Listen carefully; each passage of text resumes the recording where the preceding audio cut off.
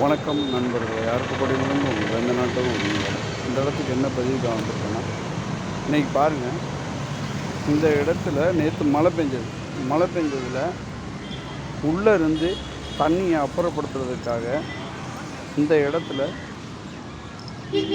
வந்து அந்த தண்ணியை இதுக்கு நேரம் உடைச்சி இதுக்குள்ளே விட்டாங்க. இந்த ஓடை மாதிரி ஒன்று இங்கனக்குள்ளே கிடக்கு. மண்ணை போட்டு மூடி இருந்தால் அது ஓடையாக இருக்காது. அந்த ஸ்கூல் முனையிலேருந்து இந்த நுழைவாய் வெளியில் வர்ற அந்த பாத்ரூம் அந்த இது இடம் வரைக்கும் இதை உடச்சி வெளியில் தண்ணி அப்புறப்படுத்திட்டாங்க. உள்ளே கிடந்த தண்ணியை இந்த கிடங்கு நிறைஞ்சிருச்சு. இதை என்ன செஞ்சாங்கன்னா வந்து வண்டி வச்சு எடுத்துகிட்டு போயிட்டாங்க. ஆனால் அதுக்குள்ளே கொட்டுன குப்பை அப்படியே தேங்கி கிடக்கு.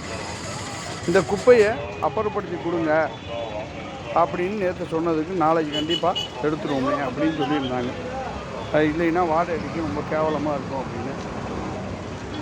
அதே மாதிரி சொன்ன மாதிரி எடுத்துட்டாங்க. பாருங்கள், அடுத்து எடுப்பாங்க. அது வந்து இது வரைக்கும் மழை பெஞ்ச மறுநாள் வந்து கண்டிப்பாக எடுத்துருவோம் அப்படின்னு சொன்னாங்க. இப்போ இன்றைக்கி பாருங்கள், இன்றைக்கி எடுத்துருக்கேன். இதை இணைச்சி தான் போடுறேன் இந்த வீடியோவில். இன்றைக்கி ஒரு அம்மா வந்து வேலை பார்த்துட்டு இருக்காங்க. இன்றைக்கி பதிவு இப்போ போடுவேன் பாருங்கள். அடுத்த பதிவு இணைச்சிட்டேன். இது வந்து இந்த வேலை பார்க்குறாங்க அந்த அம்மா. அதுக்காக மறுநாள் எடுத்தது, இன்றைக்கி எடுத்தது.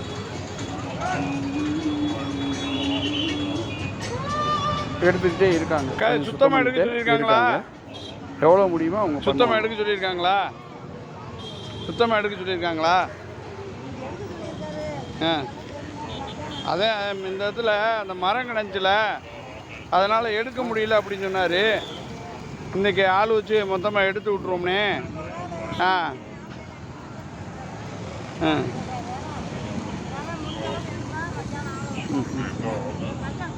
ஆமாம் ஆமாம், சரிக்கா.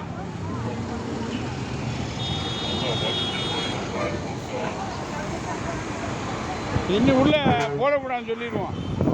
இல்லை, இன்னி உள்ளே போடக்கூடாதுன்னு சொல்லிடுவோம். அப்படி யாராவது மீறி போட வந்தால் நான் சாருக்கு ஃபோன் பண்ணிடுறேன். ஃபோன் போட்டு சொல்லிடுறேன், இந்த கடைக்காரங்க தான் பண்ணுறாங்க அப்படின்னு.